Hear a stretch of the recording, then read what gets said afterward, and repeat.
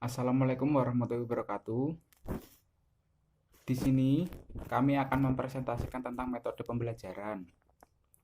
Ada anggota kelompok kami yaitu yang bernama saya sendiri sebagai moderator Rizky Wirmansyah, Ahmad Zainal Faiz, dan Muhammad Ali Gufron.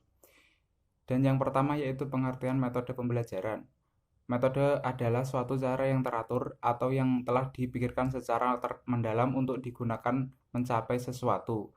Metode pembelajaran adalah cara menyajikan materi kepada peserta didik untuk mencapai tujuan pembelajaran yaitu menurut Budiarjo 2005.1.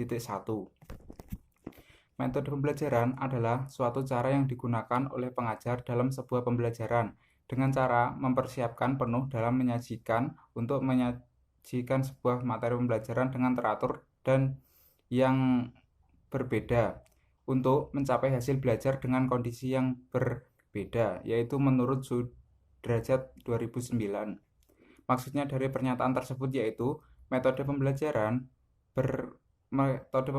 ini berorientasi kepada proses dan hasil. Berorientasi kepada proses maksudnya dalam menentukan metode pembelajaran, seorang guru menentukan cara sekaligus hasil belajar yang dapat dicapai peserta didik.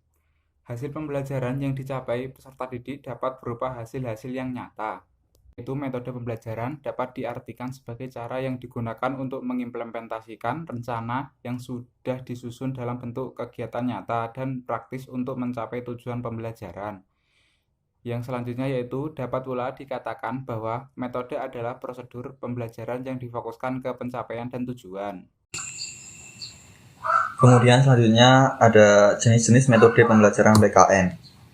Yang pertama ada metode ceramah. Metode ceramah adalah suatu cara mengajar yang paling sering digunakan oleh guru dalam mengajar karena cara pengajarnya ini yang paling mudah dilakukan oleh guru dan merupakan cara mengajar yang paling tradisional dengan penyampaian materinya berupa penuturan dan penerangan lisan guru kepada peserta didik. Maksud dari pengertian tersebut adalah metode ceramah ini sering digunakan oleh guru dalam mengajar apabila materi pelajaran yang ingin disampaikan banyak mengandung hal-hal yang memerlukan penjelasan dari guru. Metode ini juga merupakan metode pembelajaran yang murah dan mudah digunakan karena hanya mengandalkan suara guru tanpa memerlukan persiapan yang rumit. Kelebihan dari metode ceramah ini adalah dapat digunakan dalam proses pembelajaran dengan menggunakan metode lainnya. Misalnya metode tanya jawab atau diskusi, karena dalam materi pelajaran pendidikan kewarganegaraan cocok dengan metode tanya jawab. Selain itu, peserta didik tidak hanya mendengarkan penjelasan dari guru, tetapi juga dapat berbicara dalam proses kegiatan belajar di kelas.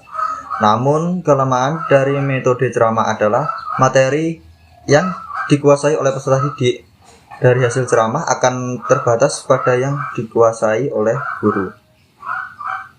Kemudian yang kedua ada metode cerita. Metode cerita yaitu metode pembelajaran yang di dalam mengajarnya guru menanamkan sebuah nilai dan moral kepada peserta didik dengan cara menggunakan karakter atau tokoh-tokoh melalui sebuah cerita.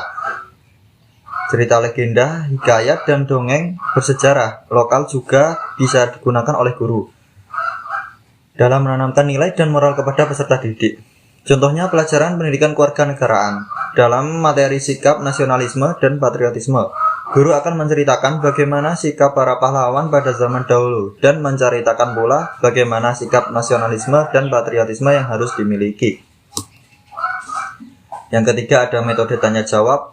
Metode tanya jawab merupakan metode mengajar yang bersifat langsung karena dalam pembelajarannya terjadi dialog antara guru dan peserta didiknya. Ketika dalam pembelajaran, guru dapat bertanya kepada peserta didik dan peserta didik pun dapat menjawab atau sebaliknya. Peserta didik akan bertanya dan guru akan menjawab karena dalam metode ini terjadi timbal balik antara guru dan peserta didik. Menggunakan metode tanya jawab atau diskusi harus ada sebuah permasalahan yang didiskusikan. Karena jika tidak adanya permasalahan, maka tidak ada hal yang perlu untuk didiskusikan oleh peserta didik. Metode tanya jawab ini lebih dianjurkan untuk materi pembelajaran pendidikan kewarganegaraan karena mata pelajaran tersebut menggunakan teknik value inquiry. Selanjutnya saya Muhammad Ali Gufron Alamsyah akan melanjutkan materi dari teman saya. Yang keempat, metode penugasan. Metode penugasan merupakan suatu cara guru mengajar dengan menanamkan kebiasaan dan dapat memperoleh suatu ketangkasan, ketepatan, dan keterampilan pada peserta didik. Menurut Saiful Sagala 2012, guru dalam menggunakan metode penugasan dengan tujuan agar siswa memperoleh pengalaman langsung, nyata, bekerja mandiri, dan jujur.